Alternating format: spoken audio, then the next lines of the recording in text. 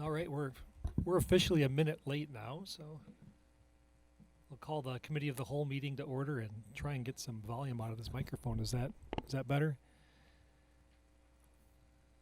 Please call the roll. Alderman Stralchik, Here. Alderman Talaco is here but away at the moment. Alderman Meyer. Alderman Hancher. Here. Alderman Bach. Here. Alderman Parrish. Here. Alderman Schneider. Here. Alderman Gebhardt. Here. And Mayor Nervin. Here. First up, we have approval of the minutes from January 9th. Move approval. Second. Any comments or questions? Oh, there's the volume. All right. Comments, questions on the minutes?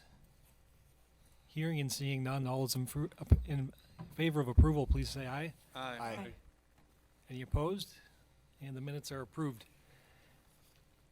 Next up, we have our only discussion item on the agenda, consideration of conceptual land uses and zoning classifications for the land south of Donges Bay Road, west of Bear Road, north of County Line Road, and south and east of Enterprise Drive. Director Tollison's going to give us an overview here.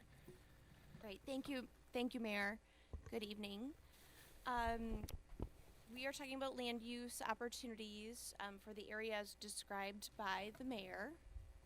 What's that? Is it on? Just get closer, yeah. Oh, okay.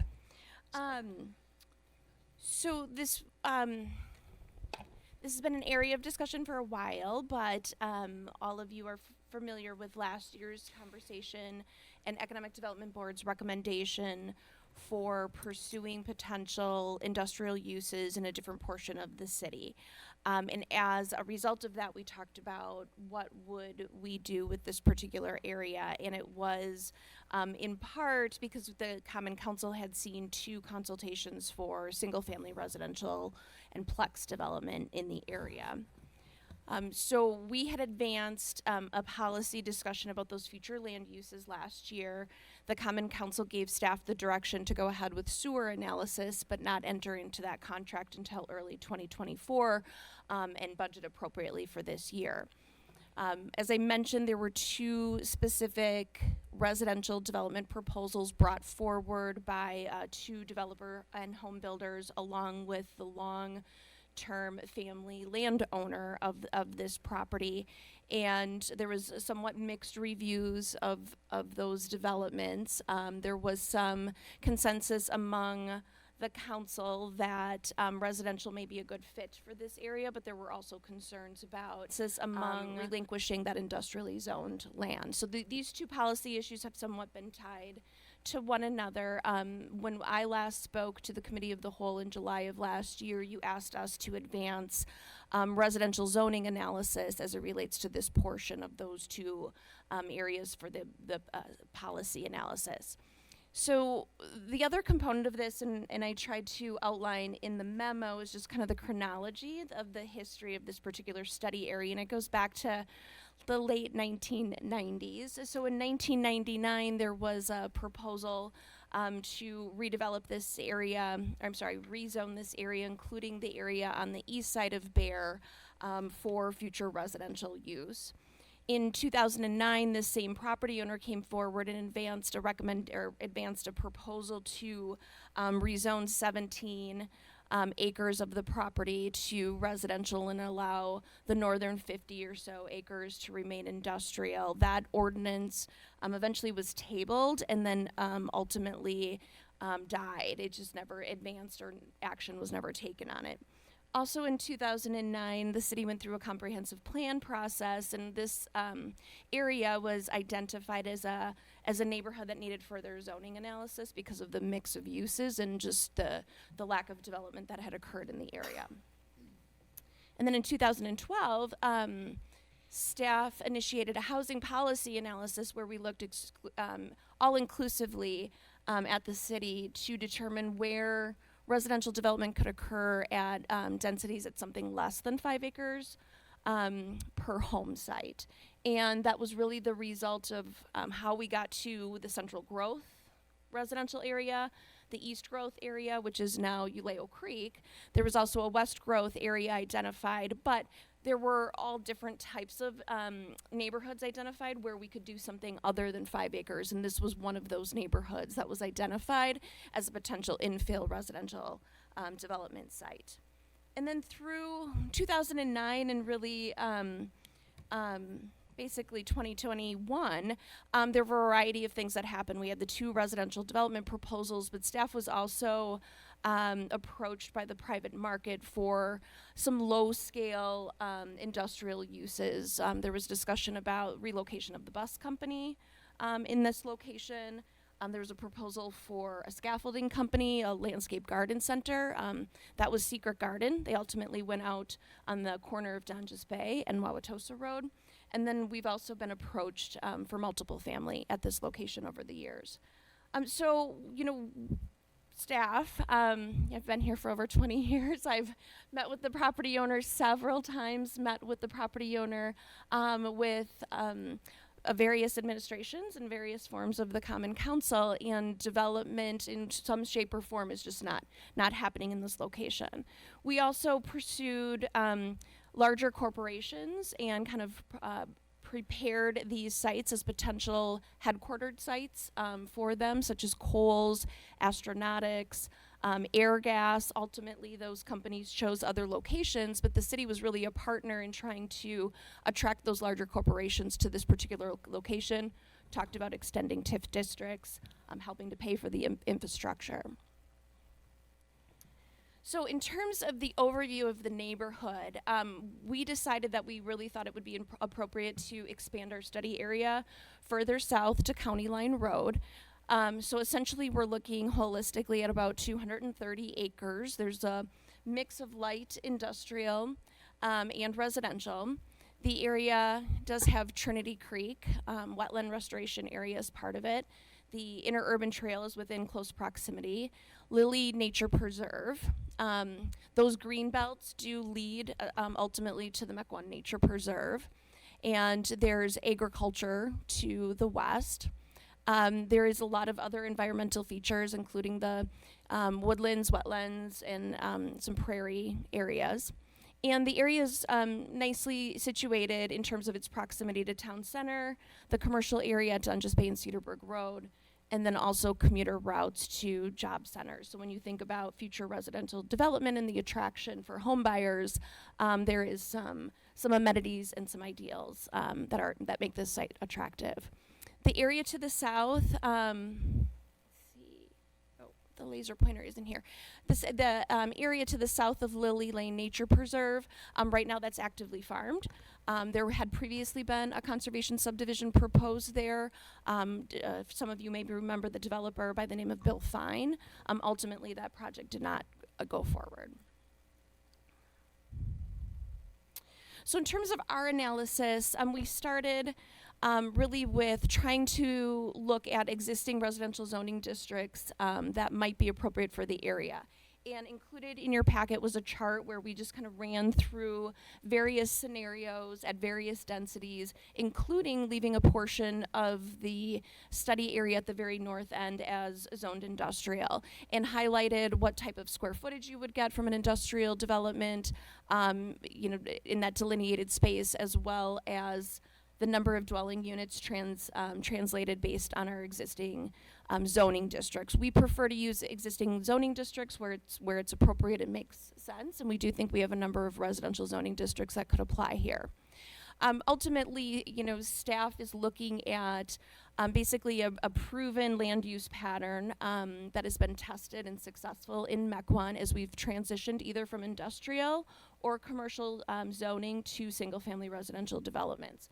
Examples of this are Windsor Estates, which is at the north side of the Mequon Business Park, Essex Place, Hidden Creek. We also use Greenbrier, Astor Woods over on Port Washington Road to essentially do the same. So there is a really proven track record of that land use pattern in the city. Typically, we haven't used, other communities will use multiple family to transition from their commercial or industrial areas, and we typically, haven't done that except for in town center for a very specific reason. the chart really shows, there's a couple asterisks and notes at the bottom of the chart. It really shows maximization of those zoning district standards applied to the land. It doesn't discount land for the wetland areas. It doesn't discount land for roadways, stormwater management, other features or district standards that would have to be applied. Essentially, maximization under all of these variety of land uses that we could, densities that we could look at, could get you anywhere from 2 to 400 dwelling units, and at a density of 1 to a little over 3 dwelling units per acre. But really, when you apply the development standards, we're probably looking at somewhere between 225 to 250 dwelling units, and that in totality would put you at a density of 1 to 1.5 dwelling units per acre. Connection to public water and public sewer is available, and they can be separately evaluated. There is portions of the property that are outside of the sewer service area. And there are portions that are in. So once this is rezoned, we would of course work with any prospective developer to make some decisions about that infrastructure. The water connection policy really addresses any scenario here and gives both staff and the council ultimately guidance on how to move through that decision-making process. And it's difficult to probably master plan this like we did with Central Growth or what we are hoping to do for the Southwest Industrial area, just because there's private lift stations serving the development on both the east and west side. So there are some challenges that are presented from an infrastructure standpoint. Just, kind of broad estimations, you're looking at a potential value at development of some of those more realistic numbers, somewhere probably in the $60 to $70 million range, and that includes, all the area all the way down to the County Line Road, the southern part of the study area. As I mentioned, there's access to public water. The majority of the area is served by sewer. This is in the sewer service area, and it cannot be served solely by gravity. Engineers' initial assessment would likely indicate that there would be a private lift station needed. And again, the master planning of that kind of proves to be a little bit more challenging. So in terms of the market and its context, the locational context, we've seen that an interest for industrial uses has lagged over a couple of decades for this area. The area had been dismissed by corporate entities for a more campus-like setting. The industrial private market interests have been somewhat limited in lower grade industrial type development. There has been the private residential market interest, and we would say that it's attractive due to the environmental features and access to those neighborhood amenities and jobs. So depending on the feedback from the Common Council, what staff would do would delineate the locations of the types of land uses that may be of interest, develop zoning, again, utilize existing zoning where we can. We would walk through some assessment to determine whether a sewer service area expansion would be desired, and of course the city plays a role in that process. That process is about 6 to 9 months in order to get approval, because it goes through MMSD and sewer PAC as well as the DNR. And in that during that process, we would meet with property owners that would be affected by the change in zoning, and once we get our arms around all of that, then we would advance the specific changes to individual properties as well as the new zoning to the Planning Commission for their recommendation and on to Common Council for approval. Staff would suggest that appropriate transition would be to, again, utilize that plex zoning at the very north end of the study area to transition from industrial to residential. Probably utilize what we have done both in Central Growth and Uleo Creek, where we really want to encourage a conservation style neighborhood development, particularly in the central part because of the Lily Lane Nature Preserve and some of the wetland features that are present in that central area. So that allows for some a limited half of the land area to be dedicated to a 1/3 acre lot, and then the remaining has to be a half acre lot. And then as you transition to the south, utilizing a 3/4 acre minimum lot size. Again, that is likely to probably go through a conservation design as well because of the environmental features. Immediately south of county line is Brown Deer, the village of Brown Deer. Those are established single-family residential neighborhoods. Those, per the zoning, are anywhere from 15,000 to about 20,000 square feet per lot. So again, you're looking at that 1/3 to 1/2 acre lot sizes in those Brown Deer neighborhoods. So I'll leave it up to the committee of the whole to discuss and ask staff any questions that you might have. Thank you, Kim. We'll open it up to the committee here to provide feedback on the plan. I think from my standpoint, whether we've got 25 years of no action in this industrial zone land, and whether there's something coming or not, eventually even this will run out. So I think we need to keep an eye to the future for future industrial land in the Southwest regardless. I'd rather be ahead of this and push a direction rather than just be going along and letting another 5-10 years pass and let time force us to be in a desperate position later. I want to be forward-looking and proactive rather than reactive. But with that, open it up to the committee. Alderwoman Schneider. I actually addressed this a bit to you in an email I sent you today. I was trying to ascertain how much land is left in Mequon that is zoned industrial and not yet developed or currently unoccupied. And I think you said 185 acres. Yeah, so there's scattered industrial zoning, and it includes, my tally includes this at 185. There are some parcels that are larger in, like the 20 acre range, but the majority of them would probably be in the 4 to 7 acre range or less.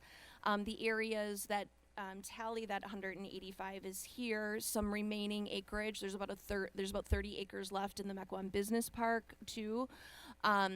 Land available, which is about maybe 5 or 6 acres in East Corporate Parkway. And then the mixed commercial zoning that's allowed in Uleo Creek. That's not necessarily, medium or heavier style industrial development. That's more like contracting businesses. What's not included in the 185 acres is about 250 acres of the land that we're looking at in Southwest Mequon for industrial. If you recall, that land is currently zoned as rural industrial. It allows for industrial. The zoning district's very limited in terms of its permitted use, so all industrial would have to go through a conditional use grant process. So that is zoned for that, and that would be an additional 250 acres. And how much of this land is zoned industrial or is buildable? Some of it's obviously not buildable. There's this area, probably about 70 to 80 acres, I would say, at the north end. I mean, at the very north end, it's about 50. And then as you head down where Enterprise cul-de-sac is at the very kind of north west corner there, there's about an additional 20-some acres. One additional question. You've been here a long time, so you just have a wealth of knowledge in the background of this.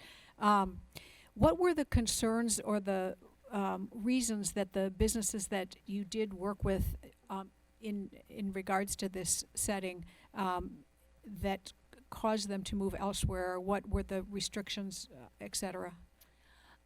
I'm not sure that we got clear answers for them. Obviously, Airgas, located in Germantown, in their business park along Mequon Road. I think, Washington County has always been a little bit more aggressive in terms of their economic tools. The other one was Kohl's, and ultimately they made the decision to stay, at their current campus. We even had proposed area along in the Uleo Creek area to them at the time. And I don't recall, a conclusion with Astronautics. Just curious. Thank you. Yeah. Yeah, Astronautics wanted, I know more about that one because of the industry I'm in. They wanted to be more south than north because a lot of their employees are, from the south side or the northern suburbs of Chicago even. So it didn't make sense for them to move north. The other two notably are along highways 41 and 45, Yeah. which is desirable because there's freeway access, and that's one of the big things holding our business park back is there's no good way to get to the freeway. Had they built the freeway bypass that was planned in the 50s to go right through that land, would have been a different story, but it never got built. And we ended up with the business park we have in the place we have it. Alderman Parrish. Hey everyone, here to speak about just this zoning topic and weigh in. First, Kim, thank you for that presentation. It was really well thought out and actually addressed some of my concerns as well, so thank you. I'm not gonna, I had written all these comments, but I'm instead just gonna ask a couple of questions because I view my role more as, you kind of all know what I think already on this subject. So I just wanted to summarize kind of the policy questions, I think, that I'm just hoping that you're thinking about, and then filling in some quick gaps. First of all, one of my questions for you is, like, how big do you want Mequon to be, population-wise? And then I'm gonna just give you a quick data point, which is that over the last 12 years, we've grown by over 9.5%. We've gone from 23,000 people to 25,337 people. So that's an additional 2,200 people, which is 9.5% growth. This new project, if you look at the nice spreadsheet, it shows about 300 additional units coming online. And when you look at U.S. census data of 2.59 units per household, that equates to approximately 777 additional people, or a 3% increase in the population. There's a bunch of follow-up questions I'll let you ask if you find that data point interesting. But how big do you want Mequon to be? I mean, we've grown a lot over the last 10 years, that's my point. Does uncertainty about the water supply affect your decision-making? The city attorney did a nice job providing us a memo, which I'm not gonna publicly summarize, but now that you've seen the memo and you know that perhaps an amendment is in order with Milwaukee Waterworks, or at least that's my personal opinion, not the city's opinion, is it responsible to make decisions about either zoning area knowing that you could be jeopardizing the contract even further? So that's that question. If it turns out that industrial at the southwest side of town is not feasible, will you regret having rushed to this decision? And so my concern here is, one of the missing data points is, what is the cost of running sewer and water to the southwest side? And I have no idea. I'm convinced it's going to be $10 to $30 million. Who knows? This is a missing data point that you don't have. From a developer's perspective, I would just say that no developer is going to pay that up front to bring water and sewer to that side of town. And so we will be asked, the only way to make something happen will be via TIF. We'll have to create a TID, which will delay any tax revenue for 20 plus years. But we would accomplish our goal. We'll get development on the southwest side. So I'm not convinced that you're all going to vote yes to bringing sewer and water to the southwest side. So just ask yourself, will you regret making this decision too soon? Are we trying to accommodate the property owner, who naturally, if I owned the property, I'd want to move it along too? And that was really interesting to hear all the industrial developments that have been kind of proposed over the years. The data point I just wanted to add to this discussion to supplement what Alderman Schneider had asked, which was how much industrial is left. First of all, there's no buildings for sale in the park, the business park. There rarely are. It's a highly desirable industrial park. It's very successful. Contrary to what you've heard, there's almost no space available in the park. There's a total of 30,000 square feet available in a bunch of little spaces. There is a total of, so Kim and I didn't have a chance to reconcile our data, but I'm pretty sure there's only about 40 industrial acres available inside the business park. That's about 10 parcels, with the average parcel being about 4 acres, which Kim agrees with. Those only accommodate small 10 to 30,000 square foot buildings. So the question is, when the next company needs to expand, you need about 10 acres for 100,000 square feet, just to give you an idea of how much land you need. So we can no longer accommodate any more large facilities. So just want to make that very clear, unless we bring the Southwest Industrial online. Don't our residents want a more deliberative and analytical process like we did for Uleo Creek and Port Washington Road? Just felt like there was a lot of stakeholder meetings. In some cases, there were studies that were done. I'm not quite sure that we're doing any of that for either one of these zones yet. So I don't feel like we've gone through the same process that we've gone through for other major decisions. And finally, don't we want our residents and nearby businesses like a chance to give input? I know we're giving input, and it's really convenient that we have a survey coming up, a community survey. And so when you ask questions about like how big do you want Mequon to be, and how do you feel about bringing water and sewer to this part of town, and I mean, those are survey type questions, I think. What do you think? So those are my comments. I respect whatever you all do. My opinion is this. It's simply that we slowed this down, so slow it down. Don't pursue the rezone until water contracts are amended. So that's request 1. 2, water and sewer costs for the Southwest Industrial relocation are further vetted.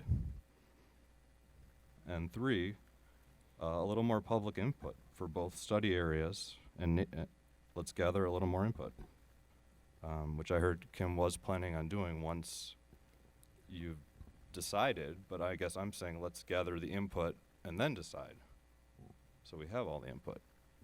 And I'm very much looking forward to your thoughts, and thank you for listening. Thank you. I'll make the point we are not rezoning anything tonight. We are talking about doing exactly what you are suggesting and going to the next step and getting that info to inform a decision. So I think I appreciate your comments, but they're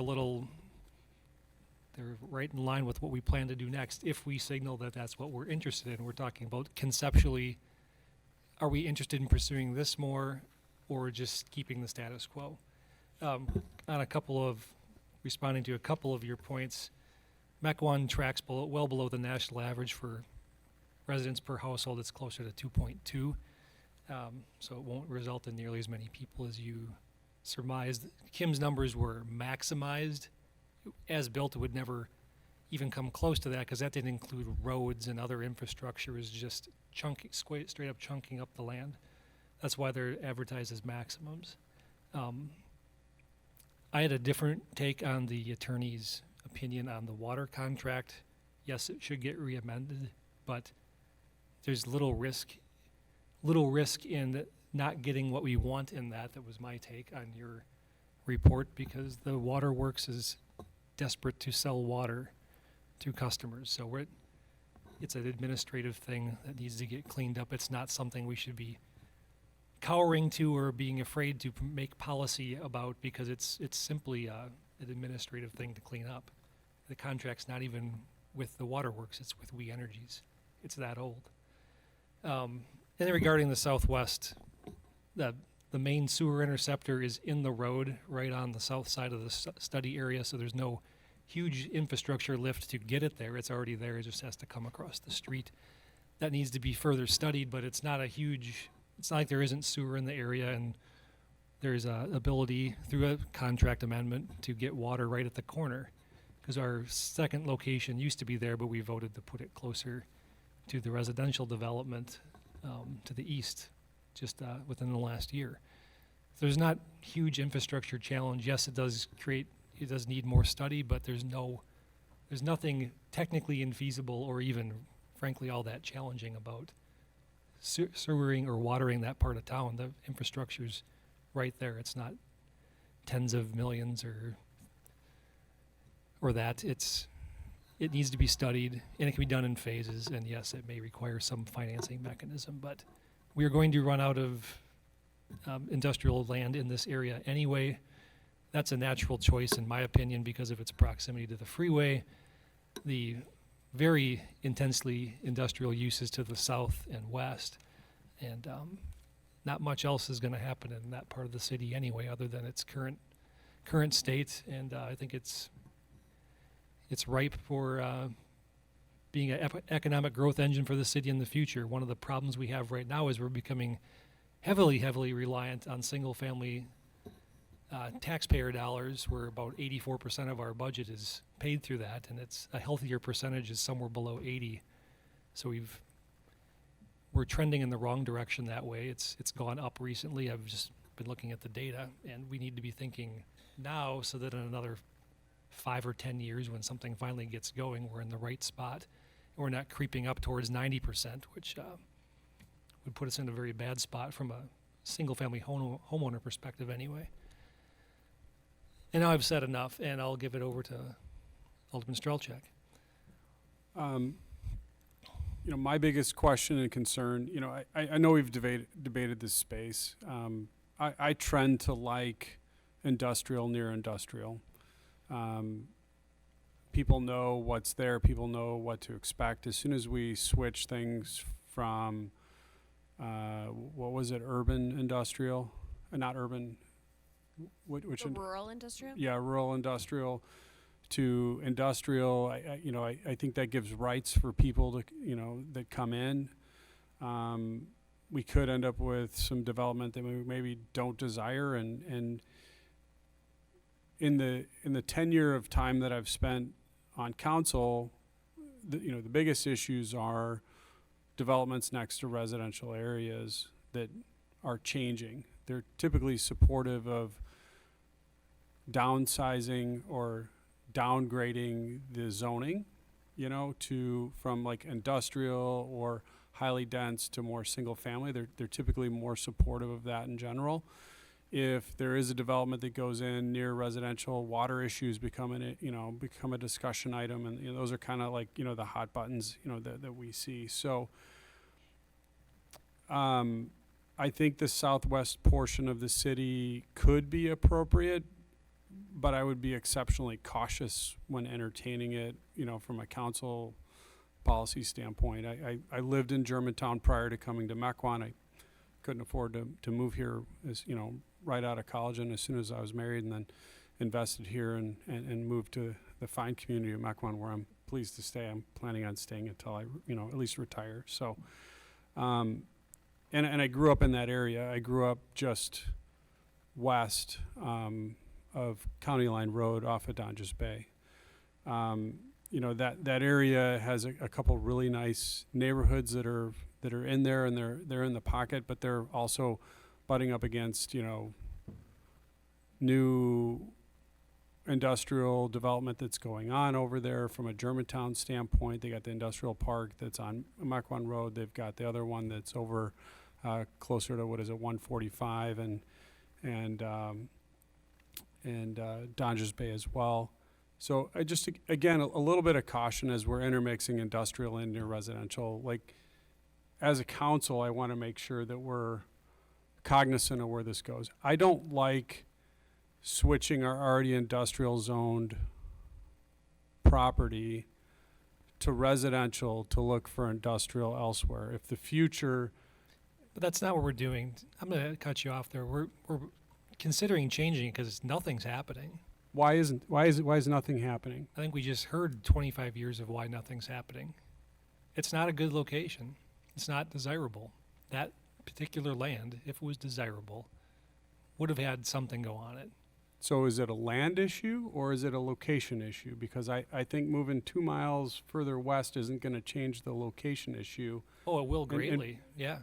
Freeway access? It absolutely will. Well, we also had, when we talked in July about the southwest portion of the study area along County Line in Wasaki, we had reached out to M7 and WEDC and Ozaki County Economic Development Board, and that was something we did in advance of starting to draft the zoning and presenting it to the council, because we wanted to do the same thing, kind of check the location, the market, the context, and there is just an explosion of industrial land and uses that are occurring along the I-41-45 corridor. And all three of those agencies had really positive response and reaction to that location being industrial, pulling potential jobs, employees from not only Waukesha County, Milwaukee County, Washington County, and Ozaki County. And Germantown has developed about 400 acres of industrial through a TIF at the Holy Hill exit, and they, as well as the village of Ridgefield, are talking about another 400 to 600 acres of industrial. So part of the feedback we got mid-year last year about that location was that its proximity to the freeway, proximity to other industrial uses, and proximity to the job, to employees, was ideal. Yeah, location's fantastic, and we have lower taxes than anyone else around us. People would save a lot of money putting their building in Mequon compared to Germantown or Milwaukee across the street. The other thing I would say about the land uses too is, we when we did the housing policy in 2012, really what we had left was not areas like our growth areas that allowed for some form of substantial residential development that was within proximity to public sewer and public water, and our primary arterials. So the growth areas ended up being ideal for residential because of that. But part of our analysis looked at, other than 5-acre zoning, where are the pockets of really Class A single-family residential development left within those areas of infrastructure for public sewer and public water.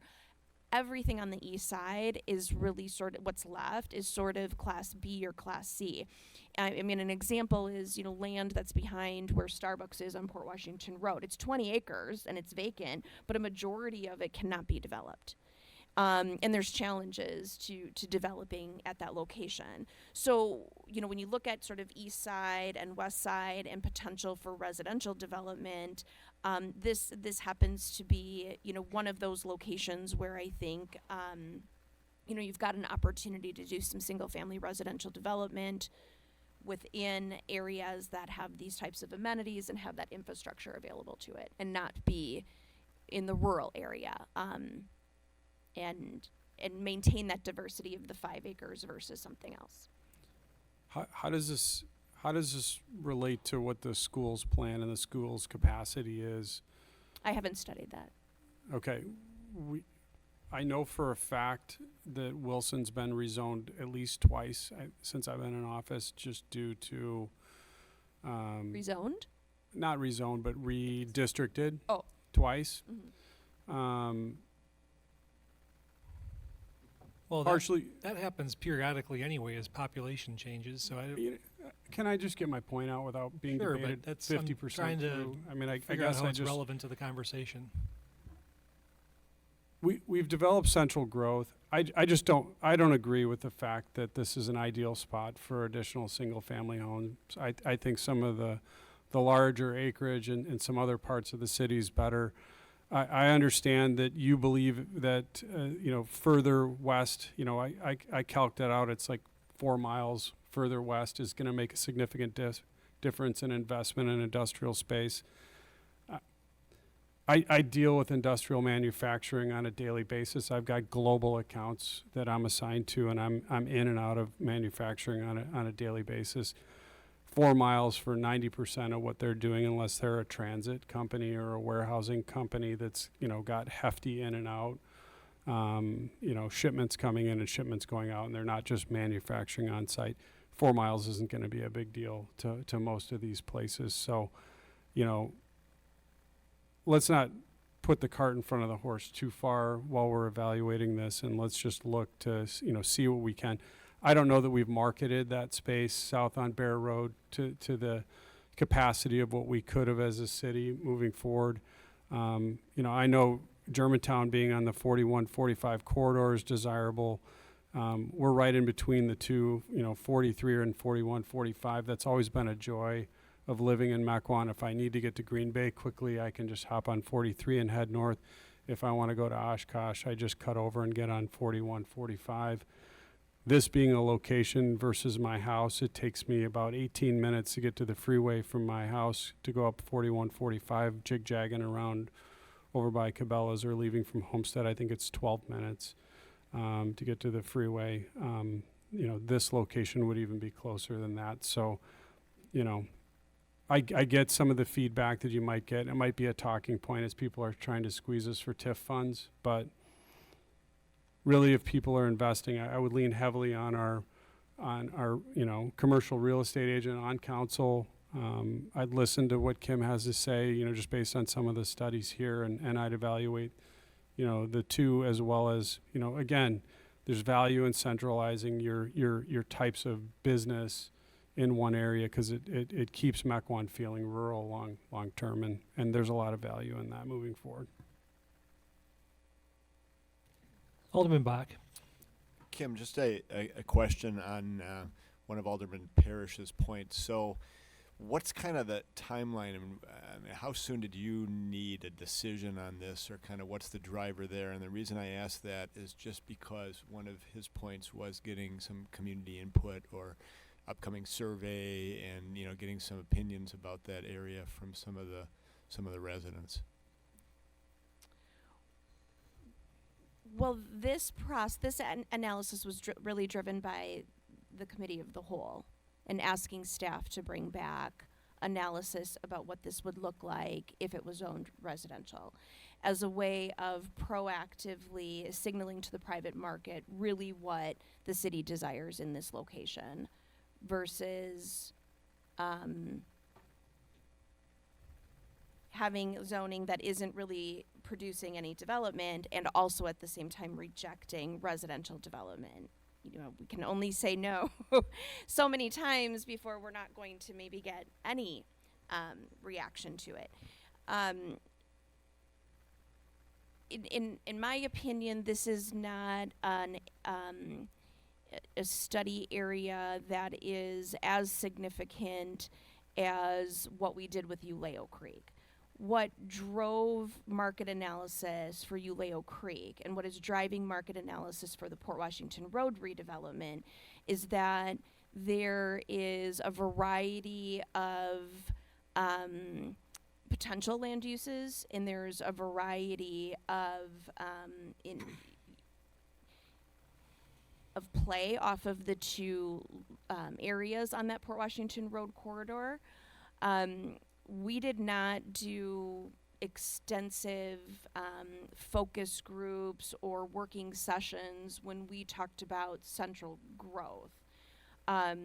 Central growth was distinct from Uleo Creek because of the fact that it was really ideal for residential. We already understood the public sewer and water infrastructure, and expansion of that. We knew that there was sewer capacity at that location. So the outreach done for central growth is similar to the outreach that I think staff anticipated doing here, which was to reach out to individual property owners that would have, that would be affected by the rezoning, and those adjacent to it. It wouldn't be a large focus group like we did with Uleo Creek, where we invited major institutions, businesses, all sorts of property owners to come in and take them through an exercise of a variety of land uses. So, we have typically met one-on-one with individual property owners. That is a lot of work on our end, but we can usually accomplish that over the course of a couple weeks. And it would just be then a matter of, and if we can utilize existing zoning districts, which I think we can, we would probably be bringing this forward to Planning Commission probably in April. If not April, probably May for some decision making. If there's direction to do so by the committee. Alderman Telacco, Alderwoman Telacco, sorry. I think that there's been a lot of great points brought up. Ideally, I would like to see it stay industrial use as another kind of, we have an industrial park right there. I think we can still kind of develop the land there respectfully where it is. Ultimately, my decision would come down to is our survey. I would like to see what the citizens of Mequon would ideally want. I don't think that jamming a ton of residential in that area is the best plan or idea. Mequon is a rural community. It was a bedroom community. That's what makes Mequon unique. So putting all this, compacting everything into the middle of Mequon with all these housing and stuff, that wasn't the design or the concept of how Mequon became Mequon.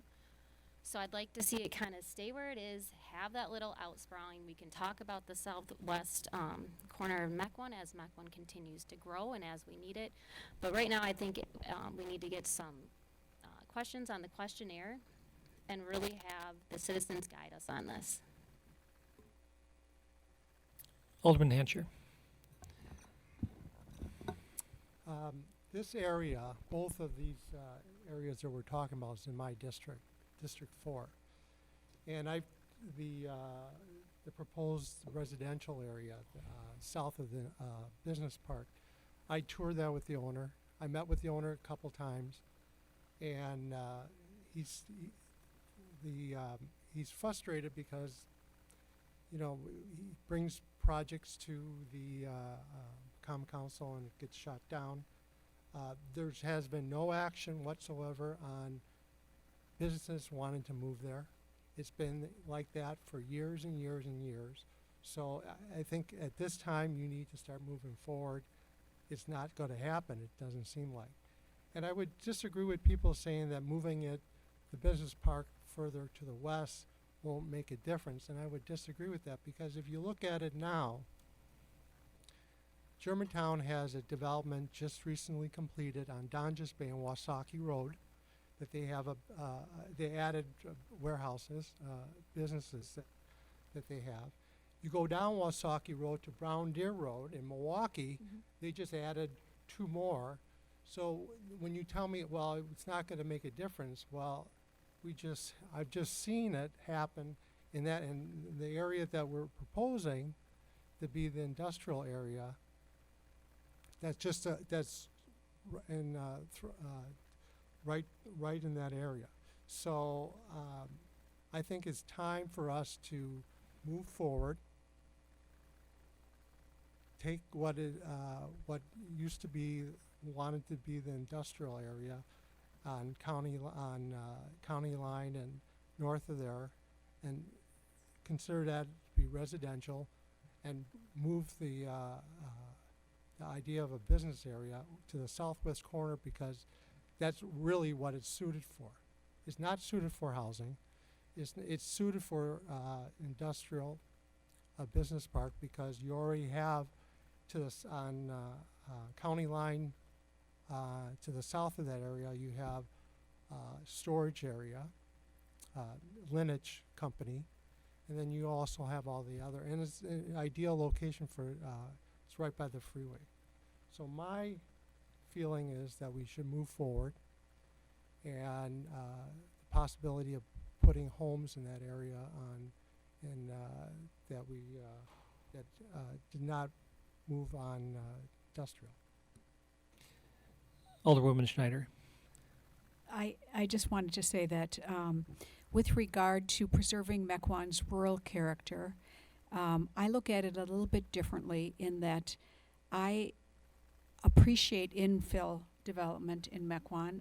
What I don't want to see necessarily is sprawl so that the entire open area that we love becomes suburb after suburb. I rather see houses built as infill open land that is suitable for residential development, that's already in the sewer water area in the core of Mequon.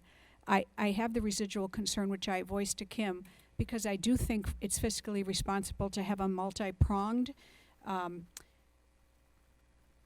city with regard to taxes. I think that we don't want to lessen our opportunities in the industrial sector, and that's why I was trying to ascertain how many industrial sites are left. And I don't have a sense yet, from what I've heard, of the time frame that we're looking at to develop, which I agree with developing the southwest sector, but I don't have a sense of the time frame of that, and that's my one hesitation is losing this possible industrial area, which I think is suited to residential development in the absence of having someplace other to put what we need to do for our tax base. I think the flip side, I will have you come up and speak in a second. Yeah, just come up to the podium. I think you're worried about losing the thing that's getting absolutely no development to begin with. So it's kind of a false argument. There's nothing happening. Nothing's going to happen. It's time. I think it's time to move on, and we're not going to come out tonight with a final decision on what to do other than keep it the same, and God knows how long it'll sit there, or consider doing something, some nice, high-quality residential and transition it like we have from other areas adjacent to commercial, where we blend it back in and make a nice residential area out of it. That's as far as we'll get tonight, and then depending on which way it goes, the wheels will be set in motion. We'll have a vote here shortly to stay the course and hope for the best, or move forward in a different direction with some details to be worked out later. Alderman Myers up. Please come up to the podium when Alderman Myers done. Thank you, and thank you everybody for the comments. All good stuff. Once your land is gone, it's gone. And the industrial, for us, is a very important part. If we start putting more residential development inside of that area, of course that area will be gone for any type of industrial, whether it's small, whether it's larger, whether it's whatever, you're going to lose that aspect of it for it. Saying that on the flip side, the Mequon has always been a community that has single-family residential. We have just recently added, tons of apartments and tons of stuff to the city. Mayor brought up the fact that we're getting close to 90% of our tax burden on the residential, and it's not a bad thing. I mean, that's what has served our community well. If you're trying to say that we're putting all the tax burden on the residents, yeah, they got a lot of it on the residents, but when you take a look at what our actual tax bills are to the residents, it's very, very small. It's because of the fact that when we do build some residents and that it is high quality, you can't build anything for cheap in Mequon anymore, so there's a lot of tax base that comes out of that. But you also got to take a look at the community, and you got to take a look at what serves us best. Does another 200 or 300 dwellings serve Mequon community the best? I don't think so. I think the fact of eliminating some industrial area for us is going to be detrimental, because we won't have anything to do in the future. And some comments to the fact of that, things haven't been developing there for a long period of time, and now we got to do something about it. No, we don't. Because of the fact of that the property hasn't sold in that, is that the responsibility of the city to change zoning for the benefit of the landowner? And I can understand totally the landowner's side of it, and wants to make money, wants to move on from it, wants to get it all done, and I can totally appreciate that. But it's not the city's responsibility to do that. It's not our responsibility to rezone places so that something becomes more sellable than it was in the past. I'm not sure what kind of marketing has been going on for that property. I'm not sure if the city has been a partner with trying to market that property, or it's just been kind of left out there and with the agents of saying, yeah, this property is available, instead of actually being out there and active, the owner or the city in conjunction with it being active and trying to attract people to it.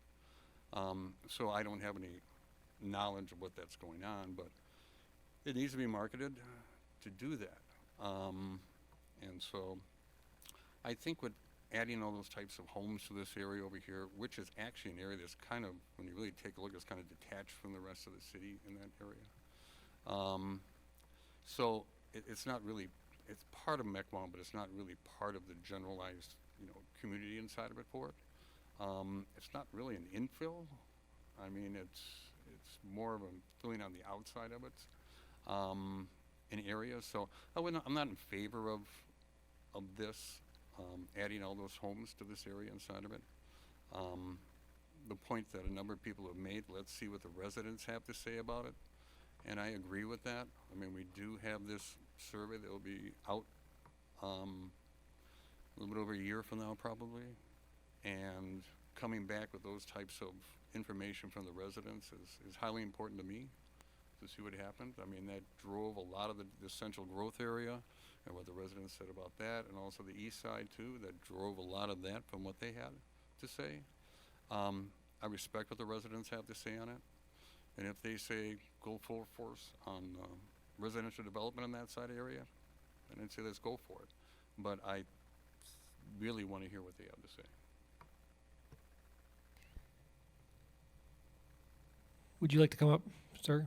If you please introduce yourself and get your name officially recorded in the record. I'm Tom Jansen. I'm president of JPJ Corp., the property owner. The land is owned by our family, myself and my 8 siblings. I own property here. Mequon built a house 30 years ago. I also have 3 other siblings that live here in Mequon. So we have a stake in this. Personally, grew up in Mequon, and Lac de Cour subdivision as well. But I'd like to say the property has been marketed since 1990.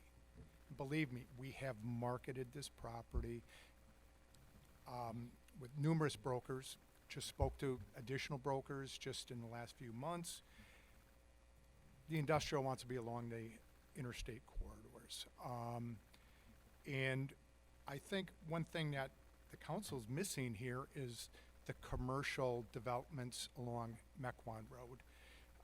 The success and economic viability of those developments, Spur 16, Foxtown, and the other commercial developments in that area require the residential property owners to use those restaurants, the grocery stores, the dentists, the doctors.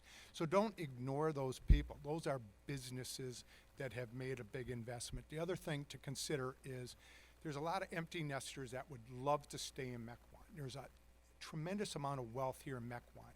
Consider the foundations here in Mequon, the philanthropy that's going to leave the city. You want to keep the elderly empty nesters with a plex development where they could be in a side-by-side. They don't want to have the maintenance, etc.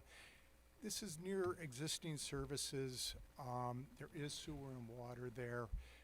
There are the schools. The demographics are changing. There's a little bit of a demographic cliff as far as children and so on. So I think if we could just develop a mutual beneficial vision for the property, we can market it. But after 30 some years of marketing for an industrial, we've tried. Believe me, we have an interest in the industrial for many, many years, but we've tried very hard, and the marketers are telling us, or the brokers are telling us, that it's not here in Mequon. It's along the interstate. And I think the 3 to 4 miles does make a big difference, to be able to compete with the German towns, the northwest side of Milwaukee. So with that said, having the property in limbo makes it very difficult to market it. You know, we're looking at 60 to 70 million dollars worth of improvements here that can go on the tax base much sooner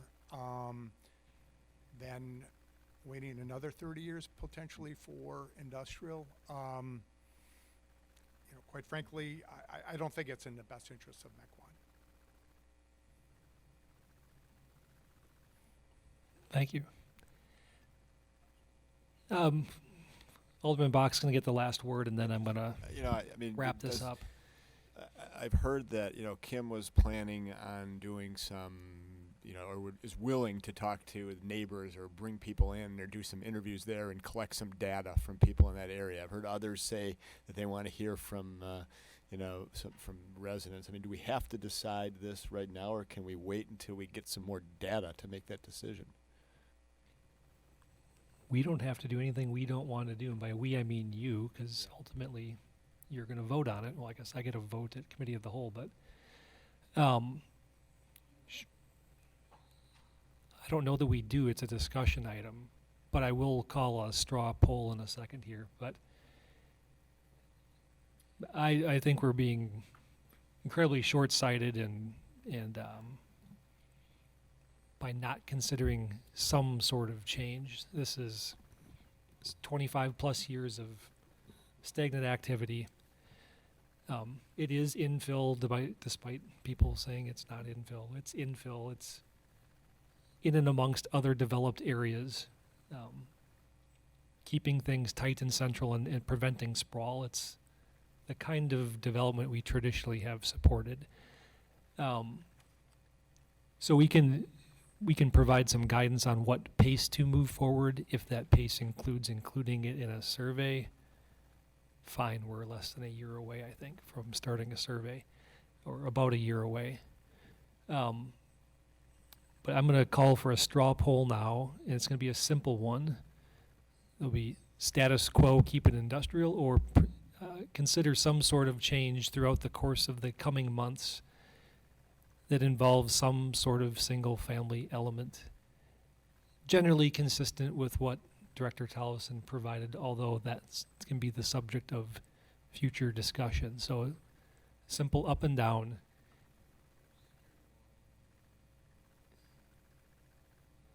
What?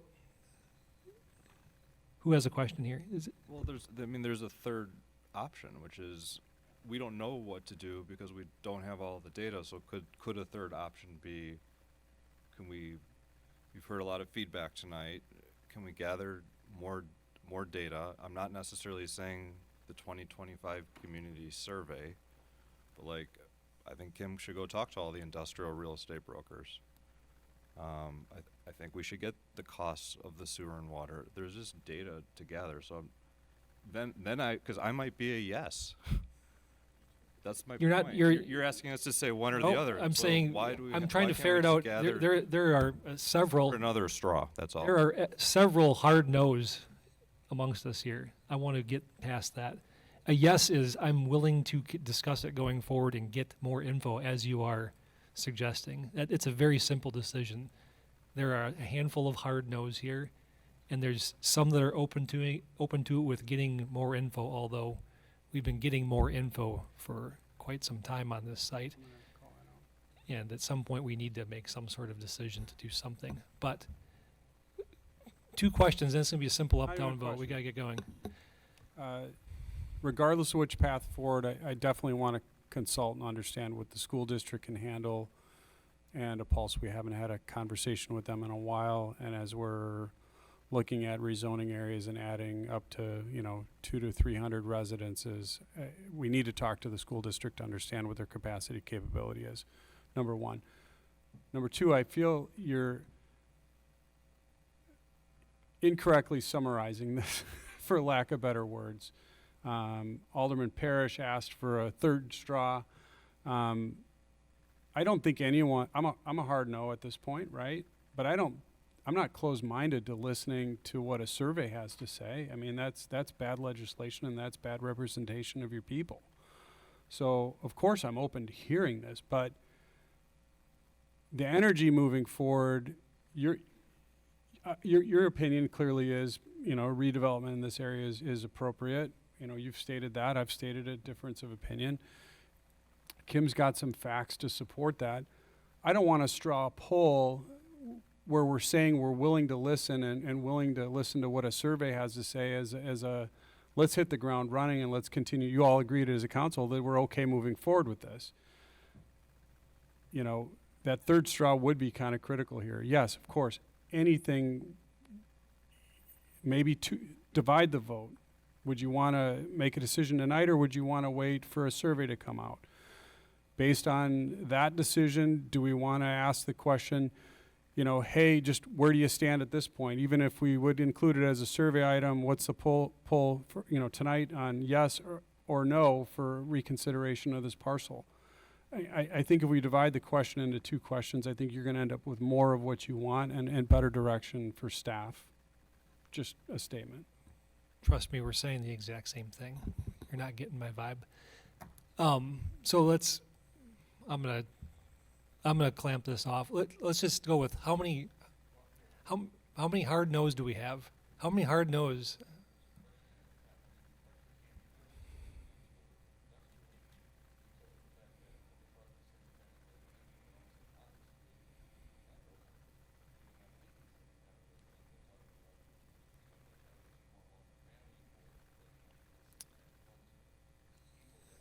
No, well, first of all, please turn your mic on, because no one can hear you online.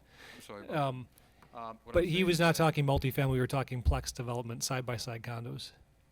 Plex that's- is still multifamily. Just another way of saying it. But anyways, Side-by-side condos are a lot different than the kind of connotations that usually go along with multifamily. But go ahead. How many hard no's do we have on doing anything but industrial? I just want to see a show of hands. If dead set against changing from industrial. Yeah, Mayor, I can't agree with that, what you're putting before us either.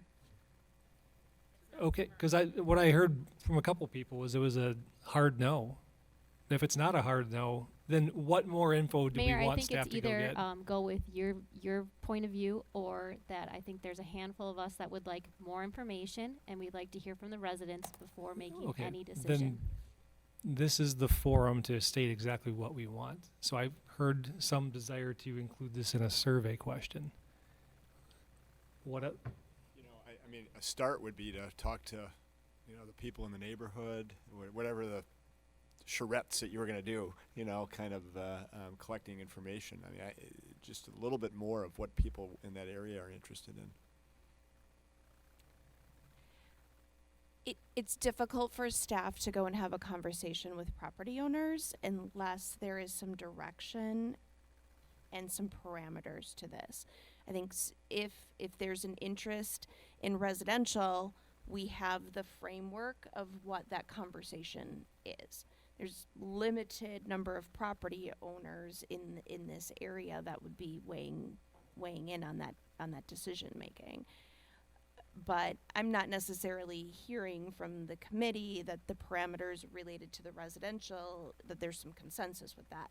So and I would be concerned about staff going out and leading with certain discussion points without there being consensus, because we go down a path with property owners and neighbors, and we come back here and it doesn't put our organization in a very good light if we can't follow through on certain aspects of what staff was out there saying. We lose credibility.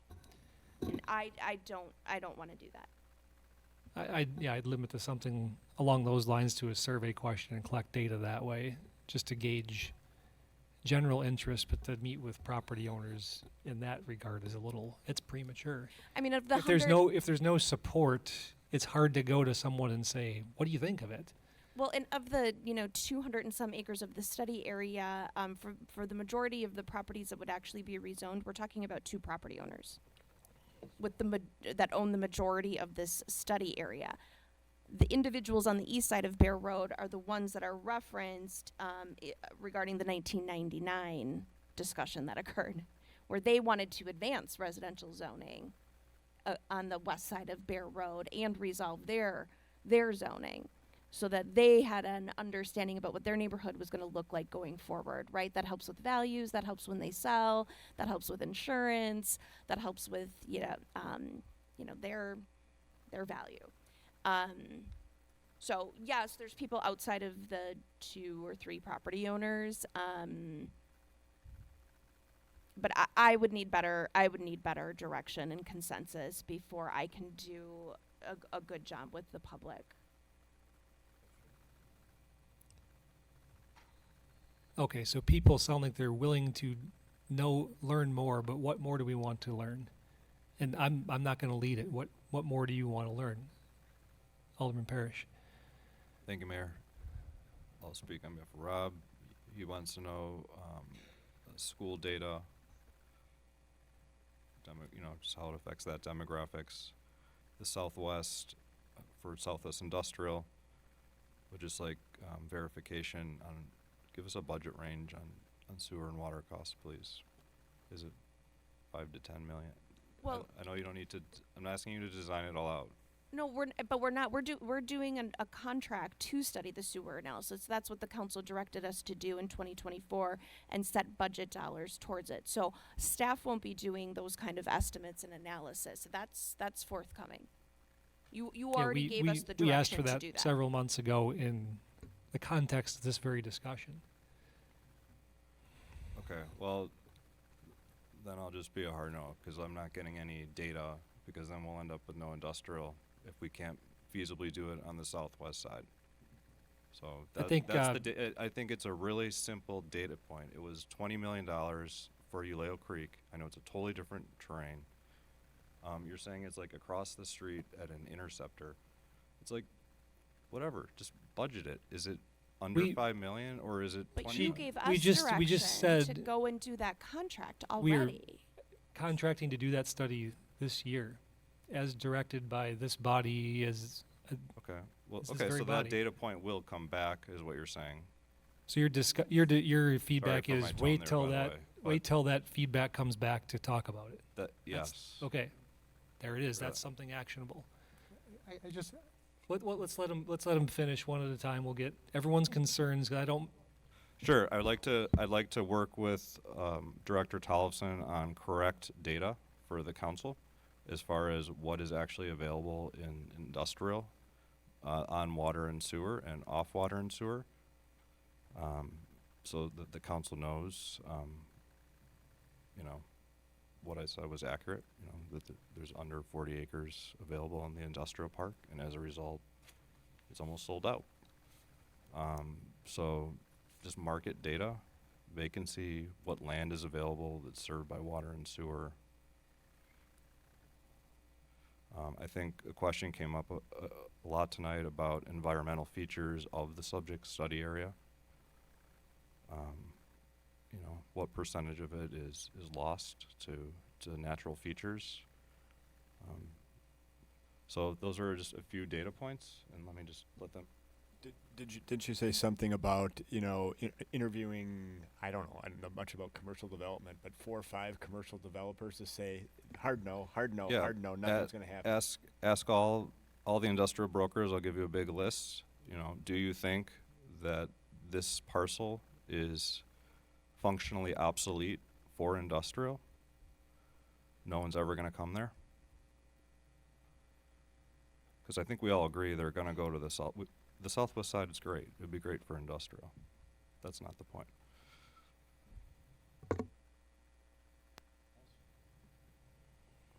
Alderman Hansher. I'm a little confused about why we have to ask the school district about whether it would be okay to have houses there, because we don't do that for any other development. We didn't, when the development of Swan Ridge, we didn't ask the school district, is this okay? We don't base our development on whether we don't know if the people who buy the houses have kids or not. That doesn't make, to me, that doesn't make any sense to have to ask just particular this development whether we should have the school district, is this going to be a problem for you? But we didn't do it for all the other subdivisions we developed. That to me, that doesn't make any sense. And in other cities, they don't ask that question because you can't predict who's going to live there or not. You don't know who's going to buy those houses. You don't know how many kids. You don't know if they're going to go to private school or public school. So you really, to me, you could ask them. I don't know what he's going to tell you. They already have their own surveys that they do, and if you look at their enrollment, the enrollment has either been staying about the same, or it trends down a little bit. But I don't know if we should. I don't know what how it's going to be enlightening us to ask the school district, especially because we haven't asked the school district in any other developments we've had. So that's my take. Alderman Gebhardt. I'd like to just weigh in. I've been a little bit quiet here, just trying to digest everybody's feedback, and obviously this is a pretty sensitive topic, but one of the things that I don't understand is I think one of our roles is to move things along. And some of the council members that are looking for additional information have been on this council for a number of years and been directly involved in this conversation well longer than I have. And I would expect that a lot of these have probably been asked and answered in the past. I think you know what the answers are. If at the end of the day you still think you need more answers, then just call it out as a hard no. And we know where you stand.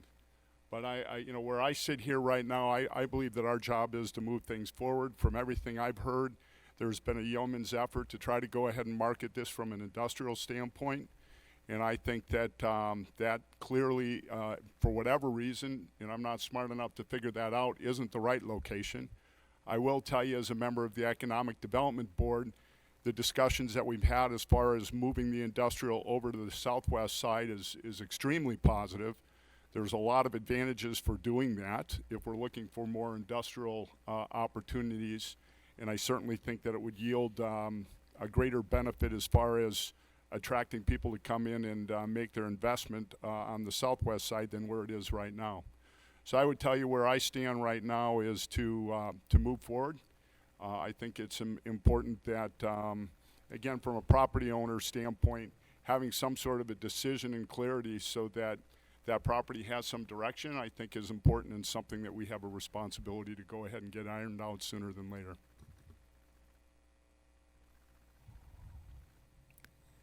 Thank you. So no additional requests for information.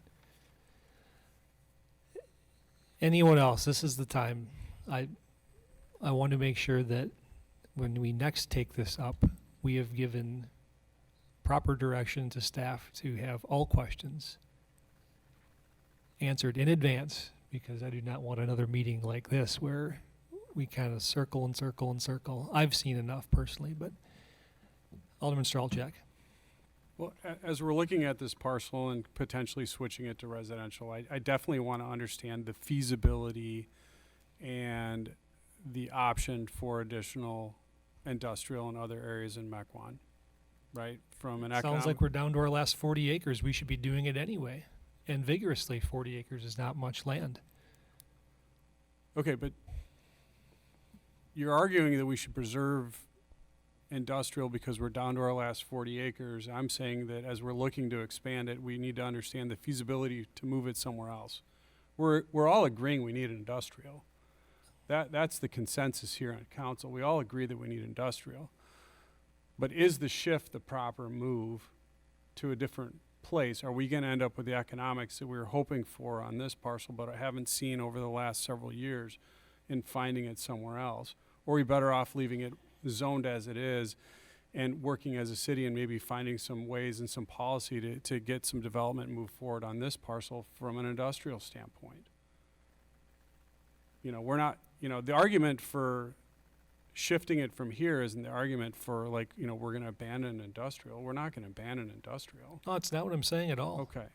It's not what I'm saying at all. I'm saying regardless, if we're down to 40 acres, we should be hitting the southwest with more vigor and enthusiasm, because we're going to run, that's my point earlier, we're running out regardless of what we do with this. It's just a matter of when we run out. I don't think we want to wait till when we run out to do more in the southwest. And if this has been stagnant for 20 or 25 or 30 years, why are we holding out hope that next year will be the year. We sound like Dallas Cowboy fans up here. I don't know the reasons as to why it hasn't moved. I don't know enough of that tonight to make a decision. I think that's And there why was staff already- there shared was their already comments direction on the things given we've tried to in the past. We've heard from the property owner. He's been trying to sell it for longer than I've been an adult. I mean, we Um, presented draft zoning districts for the Southwest Industrial in July, and we're given the direction to move that forward. I'm not saying no to that. But it sounds like that you're questioning that directive tonight based on this. It's not the case. Alderman Meyer, and then we're gonna. Okay, my information that I need for it is this: if we go residential, and it may be difficult to get this information, but what would be economically viable for this piece of property? And what I'm saying is that, yeah, we go, okay, let's go residential. All of a sudden, there's a huge development that wants to go inside there, and it far exceeds what we would be willing to put inside it, like some of the previous ones that we had come before us. I don't want to go back in circles again and then have somebody come back and deny something like that. So I'm trying to think, because you got a nice little spreadsheet here saying we can go with this, we can go with that, we can go with this, you know, and that's what they'll all fit, and it's great and nice that I see all this. But what would be kind of, so in a broad sense, be economically viable with the amount of dwellings to go inside there? We may have a development come forward and say, we can't do anything unless we got 400 units inside there. Well, we shared that. In the packet, there are the two concept residential development proposals by the two developers and home We builders. did, we turned And those those, down, yeah. what's that? We did, and there was a number of those we thought was too expansive for. I'm Or- saying they're in your packet Yeah. as what was the market reality, at least in 21 and 2022.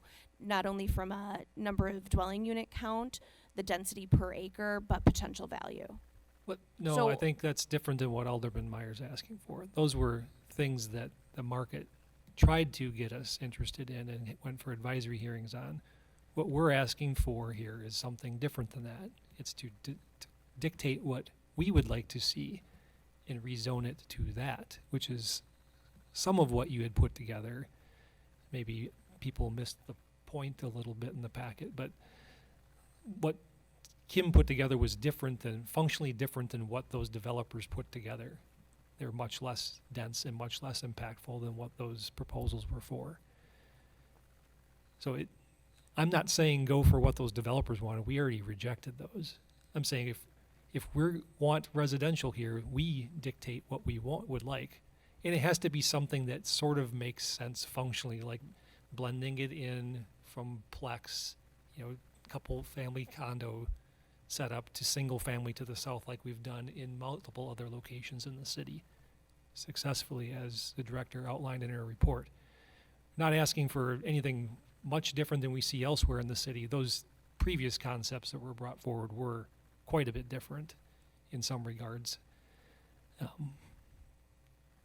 But we don't have to, we're not going to. You're asking us to take the proposed zoning that we would use and then design the site to show the council what the outcome would be? No.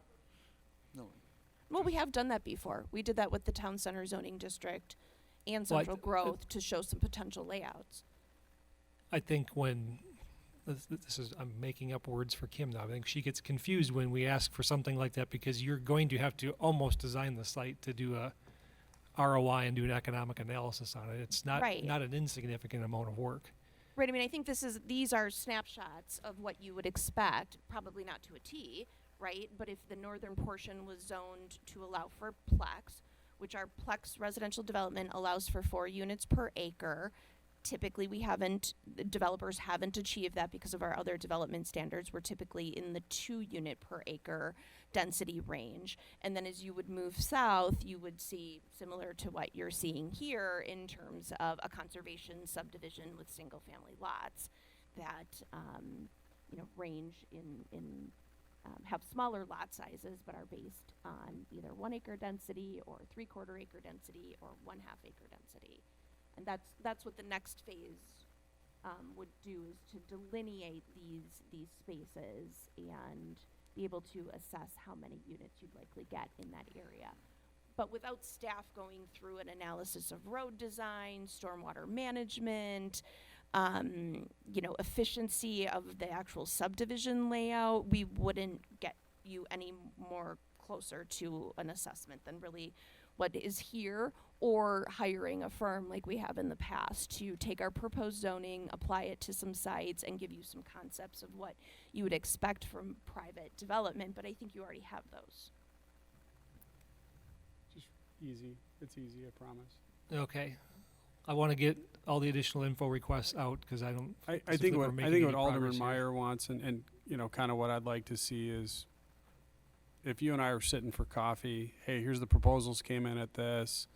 We think the density should be this. Here's what it looks like. We have a bunch of different ranges in the packet tonight. Really, just kind of rounding that down to, really to get a pulse check on what development is recommending, without having to go through the design process. Alderman Meyer objects to higher density in multiple different areas in the city. You're going to get that objection from him. I tend to mirror similar to him on that, but, had been a little more lenient in other areas.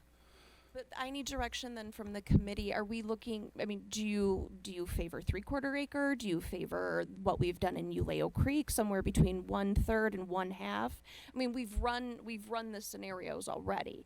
So in order to get you closer to some expectation of units, I need to know something between 1/3, 1 acre, plex, 2 units per acre, 4 units per acre.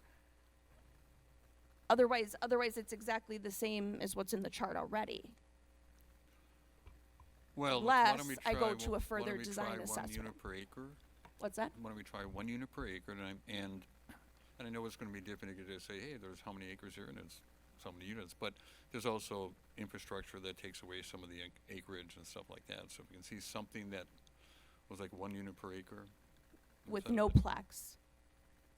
You don't want to see any plex or any, so just If it was some 1 acre plex in- densities. If there was some plex inside, there was a buffer So towards that. 1 acre net density over the site. There'll be some that's smaller, but then there's other things that go on.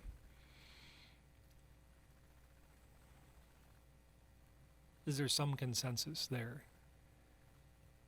I see some heads nodding up and down that maybe wouldn't be nodding up and down before. Okay. That's actually pretty consistent with what Director Tollison had in there, actually. Once you added it all up. Well, sure, because you've got areas that are more dense, but you're doing conservation subdivisions. You have huge environmental corridors that are totally undeveloped and set aside for recreation and green space. It's not too far off. Maybe we're not so far off. Yeah, and like every other conservation subdivision or plex development that you see, ultimately the Common Council is going to have control through the PUD process in terms of its layout, its design, and we're going to do a yield plan.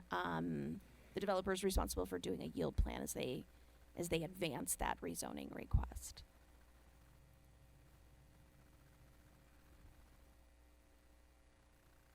So there's maybe a general openness to having more discussion if we maybe understand the net density a little better. I'm not sure where we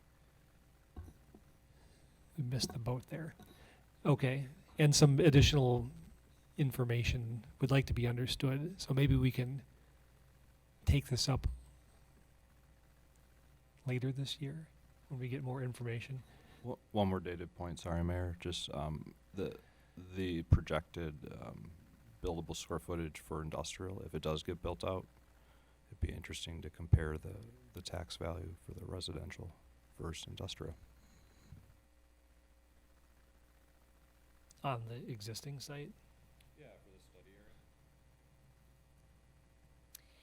And does the committee want this information to come back at the same time that do you want to be evaluating this as we're going through the sewer analysis for the Southwest Industrial? Do you want this at the same time?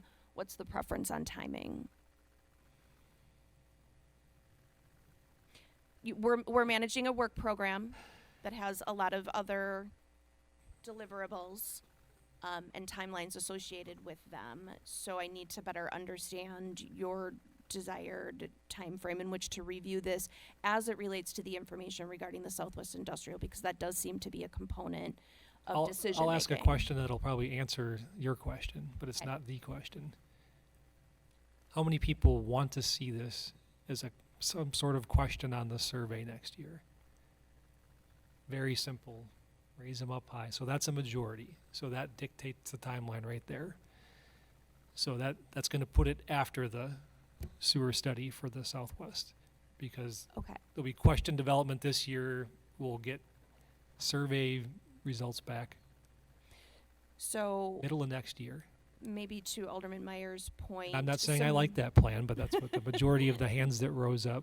Some of the general data points for the committee to be able to use in the development of the survey questions would really be what you're looking for then, versus a finite assessment of the land. Okay. I saw Alderman Gephardt raise his hand. Maybe I'll take one more comment. Just a question. So your question was whether or not the council members wanted to include that question in the survey. Guess I might think of it in a different term is how many of those that want that in a survey are going to use that to make their final decision? Because if we're going to wait a year and it's still a no, let's just call it what it is. Right? That's the exact question I was trying to get out earlier, but no one wanted to take that question, Yeah, take fair the bait enough. on that question. So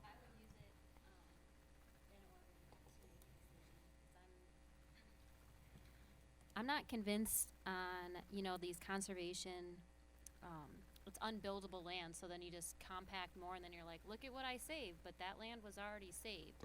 So when you say like the 1 acre lots, but it's like, well, we conserved all this area, but it was unbuildable to begin, I don't see it as really doing that much. So I don't like high density. So yeah, I would use the survey question because I would like to know how people view our new downtown area and what they do want to see growing there. We have multiple huge subdivisions already going in. The enclave still hasn't finished. We are being productive. We are building. Industrial will bring us tax revenue. We've already started half an industrial park there. And I understand the frustration of the land still being for sale. I understand all those points, but I also think that patience pays and that right thing will come at the right time. And to push things forward just to say, hey, we're making progress, isn't making progress if in retrospect it's not the correct decision. So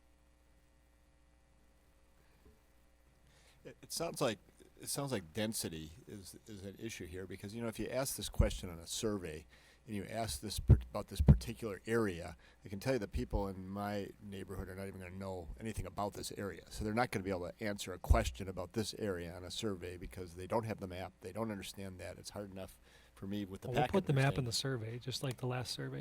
But you could put something in there about density and something about that to get information. But I think it's tricky with this particular area. That's my opinion.